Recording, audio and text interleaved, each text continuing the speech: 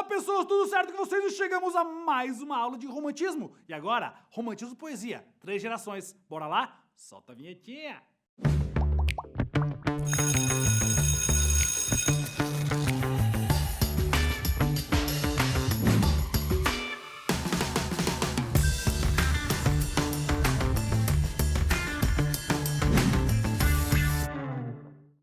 Muito bem, pessoas, vamos lá. Eu gosto de falar de romantismo e poesia, tô feliz por causa disso. Romantismo e poesia. Bom, primeira coisa que tem que lembrar é o seguinte. No romantismo rolaram aí vários estilos de texto, beleza? Vários estilos textuais, vários gêneros textuais. Bom, a gente teve a prosa, que são os livros, os romances, a gente vai falar disso na aula de prosa. A gente teve também teatro, então teve teatro lá no romantismo também. O Martins Pena é um dos grandes autores do teatro do romântico, certo? Isso tudo tô falando de poesia do Brasil, ou melhor, teatro do Brasil, romantismo no Brasil. E eu tenho aí a poesia. Então, tem que sempre lembrar, uma coisa é prosa, que é narrativa, livros que contam histórias, contos, isso é prosa. O teatro, que daí é o próprio teatro, encenado, tudo mais, o texto teatral, e a poesia, que aí tem todo estilo escrito de poesia, beleza? Então, hoje, nessa aula, nós falaremos só da poesia, tudo bem? Então, prosa, uma outra aula só de romantismo prosa. Nós temos aí o teatro, que eu vou só citar, e eu acabei de citar para vocês, o mais importante deles foi o Martins Pena, e eu tenho daí de importante para falar para vocês a poesia. Bom, primeira coisa, poesia romântica. A poesia no romantismo no Brasil e no mundo, obviamente, ela se divide em 3 gerações. Nós vamos chamar de primeira geração, segunda geração, terceira geração.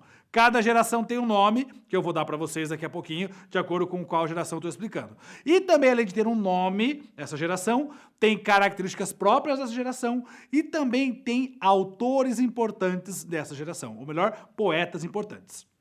Maravilha? Começamos nossa viagem? Muito bem. Lembrando que elas aconteceram em sequência uma da outra, obviamente. E elas acontecem em paralelo com a prosa. Isso é importante lembrar, hein? A prosa está rolando e a poesia rola em paralelo. Não é assim, aconteceu a poesia, depois começa a prosa. Não. A prosa, o teatro e a poesia acontecem todos juntos ao mesmo tempo. Mas eu vou ter pessoas que escrevem só poesia, pessoas que escrevem só a prosa, pessoas que escrevem só o teatro e assim por diante, certo? Então, vamos lá, vamos entender. A primeira geração da poesia romântica no Brasil, nós vamos chamar ela de geração nacionalista ou ainda indianista, indianismo. Eu vou explicar por quê. Bom, primeiro, essa geração aí, o início dela lá, 1836, 1852 mais ou menos, e ela vai trabalhar com o nacionalismo e o indianismo. Por que nacionalismo e indianismo? Bom, eu falei para você na aula de Romantismo Portugal que uma das principais características do romantismo, nesse início especialmente, é a relação do herói. A construção de um herói nacional, a exaltação da pátria, do ambiente, da natureza, isso é próprio da primeira geração romântica. Então, quando eu falo de herói, lá na Europa, nós vimos que o herói da Europa é o cavaleiro medieval, o cara que fez as grandes batalhas, as grandes conquistas, ele é o cavaleiro medieval que é o grande herói da Europa. Só que, no Brasil, nós não tivemos uma era medieval, né? Porque durante a era medieval o Brasil não tinha sido ainda descoberto, certo? Então, no Brasil, o que acontecia na época medieval? Quem eram os caras que estavam aqui lutando pelo país, lutando entre aspas, né? Porque estavam aqui sobrevivendo, vivendo no país aqui, fazendo as coisinhas deles. Quem eram esses caras que estavam aqui no Brasil? O índio. Então, para a primeira geração Brasil, o herói é o índio. E o índio do Brasil, você não tem ideia o índio do Brasil. Esse índio nisso aqui, esse herói brasileiro, ele não é qualquer índio, não é um índiozinho que faz...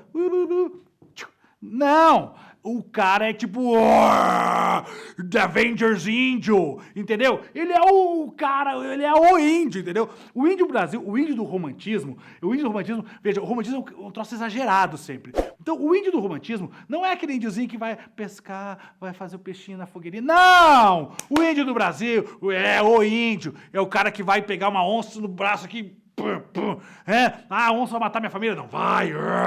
É tipo o Hulk, é tipo o Thor dos índios, entendeu? Esse é o índio brasileiro, esse é o nosso herói brasileiro. É o índio brasileiro, ele sobe no topo da árvore e de cima do topo da árvore ele arranca a própria árvore, assim, de cima do topo da árvore, ele arranca a árvore do chão, porque ele é o cara, entendeu? Esse é o índio do Brasil. Então, esse é o herói brasileiro. Por isso o indianismo. É assim que vai ser descrito o nosso índio aqui. E isso é importante para você lembrar que tem um exagero. Romântico é exagerado. Jogado a seus pés, eu sou mesmo exagerado. Isso é o romântico, o cara é exagerado, entendeu? Então, esse é o nosso romântico de primeira geração. E a primeira obra aí que nós temos pensando em primeira geração, Suspiros Poéticos e Saudades, do Gonçalves Magalhães, certo? Então, Gonçalves Magalhães é o primeiro poeta de primeira geração no Brasil. Eu vou chamar ele de Goma, Gonçalves Magalhães, Goma, beleza? Por quê? Porque nós temos um outro Gonçalves, que é o Gonçalves Dias, que também é importante, que é o, vou chamar ele de Gondi. Gonçalves Magalhães, Goma. Gonçalves Dias, Gondi. O Goma, o Gonçalves Magalhães, foi o cara que introduziu a primeira geração romântica no Brasil. Então ele é o responsável em introduzir toda a poesia romântica da primeira geração. O Gondi, que é o Gonçalves Dias, ele é o responsável em difundir o romantismo de primeira geração no Brasil. Então o Goma traz o romantismo para cá e planta o romantismo, o Gondi espalha o romantismo. Certo? Ele faz várias obras e espalha o romantismo. Primeira geração. Tudo isso é primeira geração, que é essa indianista nacionalista, certo? E aí, pensando nas principais características, vamos lá? Exaltação da natureza e da liberdade, ser livre, valorizar o ambiente, a natureza, a fauna, a flora, tudo isso é romântico primeira geração. Eu tenho a religiosidade, certo? Tanto a religiosidade de Jesus Maria José, como também a religiosidade indígena. O Deus Sol, o Deus Água, tem tudo isso que aparece. A figura do índio, né? O indianismo, esse índiozão que eu falei aí, ó. Avengers! Assemble! Certo? Então esse é o índio, beleza? Eu tenho o sentimentalismo e as emoções que é próprio do romantismo. Então vai ser tudo muito sentimental, muito emocional, muito visceral, tudo. Se é pra sofrer, sofre com gosto. Entendeu? Se é pra chorar, chora com gosto. Se é pra amar, ama com gosto. Se é pra lutar, luta com gosto. Tudo é com gosto, com gosto, com gosto, entendeu? Tudo assim. Aí eu tenho ainda o nacionalismo ufanista, que é aquele idealizador, o país, a minha pátria amada Brasil, certo? E a linguagem própria mais próximo do cotidiano, próximo do coloquial. A linguagem é mais próxima do que as pessoas falam no dia a dia. E é assim que acontece esse primeiro momento do romantismo no Brasil, que é a primeira geração, certo? Então temos aí esses dois grandes nomes, Gonçalves Magalhães e Gonçalves Dias, cada um responsável em fazer uma parte. Goma, implantar o romantismo, Gonçalves Dias espalhar o romantismo por aí. E assim vai fluindo e essas características vão acontecendo nas suas obras. Beleza? Tranquilo? Fácil, muito bem.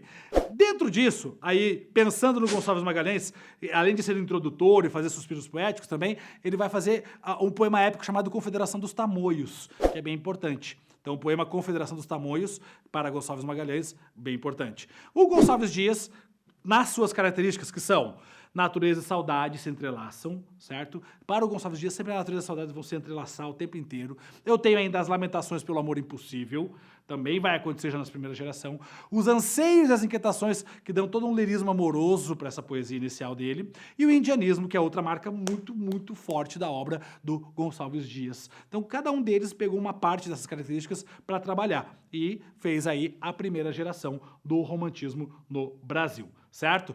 Tudo bem? Tranquilo? Sus?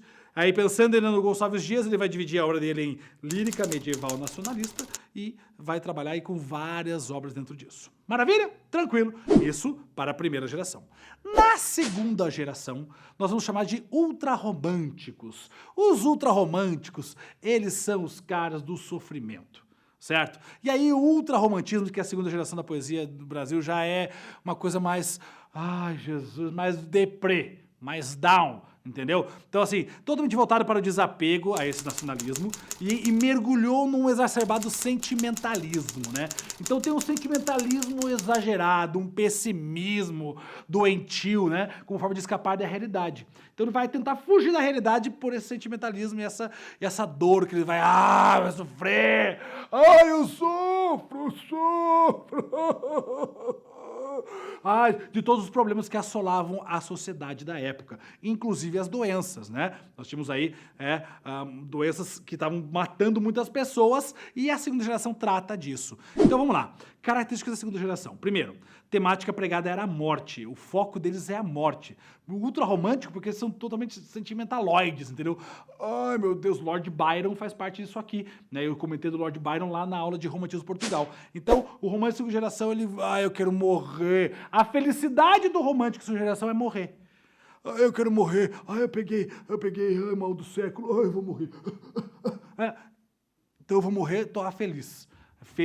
Então ele falava muito dessa morte, ele, sabe, explicava isso. Então o foco é a morte, certo? O foco é a morte. Aí eu tenho o sonho, o devaneio, e aí ele sonhava com a amada, ficava, sabe, o tempo todo. O amor platônico deles é muito louco, porque eles ficam lá olhando pra mulher e ficam escrevendo, ai, aquela pele branca, com as suas bochechas rosadas, ai meu Deus, se ela me olhasse e eu pudesse, quem sabe, chegar próximo ao seu olhar, nem é próximo a ela. Ai meu Deus, ai mulher linda. Era isso, entendeu? O romântico de segunda geração, ele é assim, exageradérrimo, certo? Exagerado ao extremo, beleza? Então é assim que funciona o romântico de segunda geração. E eu tenho ainda a mulher vista como uma figura inatingível, certo? Impalpável, vista mais no plano espiritual do que no material. Então essa mulher tá lá longe, não conseguia chegar nunca nessa mulher. Sempre tinha aquela história assim, ai, eu a amo, eu vou chegar perto, eu vou encontrá-la. Ai, quando eu ia chegar perto, morria. Sabe, é bem trágico, total, assim. A felicidade deles, ou melhor, a alegria deles é quando tinha todo um contexto e no final acabava em morte, ou dela ou dele. Beleza? Então, todas essas realidades aí eram porque na sociedade desse período, esses poetas aí, eles tinham uma visão negativa do mundo e da sociedade de modo geral, certo? Eles expressavam o seu pessimismo, o seu sentimento e inadequação à realidade em tudo que viviam e, obviamente, refletia na sua escrita. Então, até mesmo a vida desregrada que eles tinham, viviam nas botecos lá, né, nas tabernas eram os botecos das antigas. Lá nas tabernas, lugar frio, cheio de mofo, isso aqui, ó, bebendo, cachaçando, escrevendo chororô, certo? Era para reunir para isso. Era tipo uma dor de cotovelo eterna, mas exagerada, assim, tipo, era um sertanejo universitário muito exagerado, entendeu? Toda dor de corno, tudo tava ali. Ai, meu Deus, vou morrer de amor, morrer por ela. Tudo isso acontecia na segunda geração, certo? Então, o ócio, os casos amorosos, tudo isso estava ali, certo? Então, por isso que eles são inspirados em Lord Byron, que também fazia isso na Europa, certo? Alguns poetas importantes desse período. Eu tenho o Álvares de Azevedo, certo? Que é um cara que é jovem, e por ser jovem ele vai trabalhar com essas relações jovens, então vai trabalhar com ambiguidade, vai mostrar esse sentimento, a erotização, porque como ele era um cara muito jovem, né? Erotização, tudo era erotizado, até a morte era erotizada, então tem muito disso, certo? Eu tenho ainda o Fagundes Varela, que é um outro cara que vai trabalhar também dentro dessa postura aí, temos mais de morbidez, de pessimismo, então ele é mais deprê ainda que o Álvares de Azevedo. Eu tenho também o Cassimiro de Abreu, que é um outro cara que vai aparecer aí, vai trabalhar com temas como saudosismo, né, da infância, né, mas sempre com tristeza. Pensa que a segunda geração sempre tem tristeza, morte. O foco é morrer. Entendeu? O foco é morrer. E eu tenho o Junqueira Freire também, e aí esse Junqueira Freire é um pouquinho menos importante, porque tem uma frustração, certo? Ele tem um sentimento religioso e ele fala muito de frustração e obsessão aí pela morte também, esse cara, o Junqueira Freire. Então, esses camaradas são os principais da segunda geração. Tudo bem? Tranquilaço? De boa? Muito bem. Passamos esse momento, chegamos na terceira geração, e a terceira geração eu vou chamar de poesia da geração social, liberal ou condoreira. Terceira geração pode ser chamada também de terceira geração, geração condoreira. Por quê? Também é conhecido por condoreirismo, porque os poetas aí vão trabalhar com o estilo grandioso de tratar os temas, e mais, o comprometimento é com a causa abolicionista e republicana. certo? Então, aqui começa a sair um pouco desse sonho, devaneio, e botar o pé no chão de novo, voltar para a sociedade. E aí vai lutar pela causa do abolicionismo. Um dos focos principais aí, ou seja, uma poesia social. Alguns autores já chamam essa poesia de poesia social.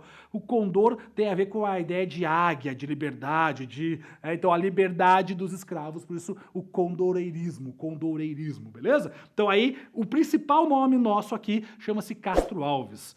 Castro Alves foi o cara que fez mais poesias desse tipo, né? E especialmente de defesa dos escravos, pela liberdade dos escravos. Então eu tenho aí a poesia social marcadíssima por essa poesia lírica do Castro Alves, beleza? Poesia social, poesia lírica que ele faz aí em defesa dos escravos. Vamos libertar, vamos lá, vamos ser felizes, nada de gente presa, servindo aos outros como se fossem animais, e é essa discussão que vem, vai falar também até do tráfico negreiro, tanto que tem um poema chamado Navio Negreiro, que é lindíssimo, que fala sobre isso, do Castro Alves, certo? Então, Castro Alves é o nome mais importante desse momento. E aí eu tenho, obviamente, uma poesia de terceira geração que é totalmente contrária à segunda geração, que vive no seu próprio umbigo, a segunda geração. A poesia de terceira geração, não, ela pensa no outro. Então veja que mudança drástica entre uma e outra. Por quê? Porque a poesia de terceira geração já é uma poesia de final de romantismo. Por ser final de romantismo, ela já estava vendo uma construção do que está chegando pela frente, que é o realismo. Então veja que eu tenho um processo de transição. A poesia começa de um jeito, romântica, primeira geração nacionalista indianista, segunda geração ultrarromântica, exagerado, sentimento, umbigo, terceira geração olha para o social, olha para a sociedade de novo, e aí eu tenho uma outra vibe na terceira geração. Então a terceira geração vem com essa tentativa de voltar a botar os pés no chão, que já é uma transição para o nosso querido realismo, que é a próxima escola literária que vai chegar. Então, quando eu vou falar de Navio Negreiro, né, Castro Alves, Vozes da África, importantíssimo esse cara para a terceira geração do romantismo. Fechou? Então, 3 gerações, bem de boa, bem susse, grava aí como funciona, assiste de novo, você viu que eu fiz um monte de inserções, um monte de coisa aqui, muito bem, maravilha, show de bola, XDB. Beleza? Muito bem? Pessoas, respira fundo, gostaram? Muito bem, não esquece, tem muita coisa para acontecer. Ah, calma, eu tava esquecendo. Temos música hoje. Temos música. Pois bem, meu amigo Joãozinho, chega mais e solta o som. Muito bem, olha só, nós falamos das 3 gerações da poesia. João, você fez uma música que é um combo, na verdade, não é? Mais ou menos. Eu juntei 3 melodias para distinguir as 3 gerações. Certo. Uma primeira melodia de nacionalismo, música de estádio. Futebol e tal. A segunda um blues, né? Tristeza, sofrimento. melancolia. E a terceira um sambão enredo, celebrar a liberdade. Que são as 3 gerações da poesia. Então quer dizer que a melodia da música também diz respeito às escolas, ou melhor, às gerações da poesia. Exatamente. Show de bola, então bora lá. Vamos aí? Vamos aí? Eu vou pegar minha letra aqui, vai. Vai. Primeira geração. 1, 2, 3 e... Minha terra tem Gonçalves na primeira geração. Vamos invadir. Ele fala sobre o índio, sobre o amor e a nação.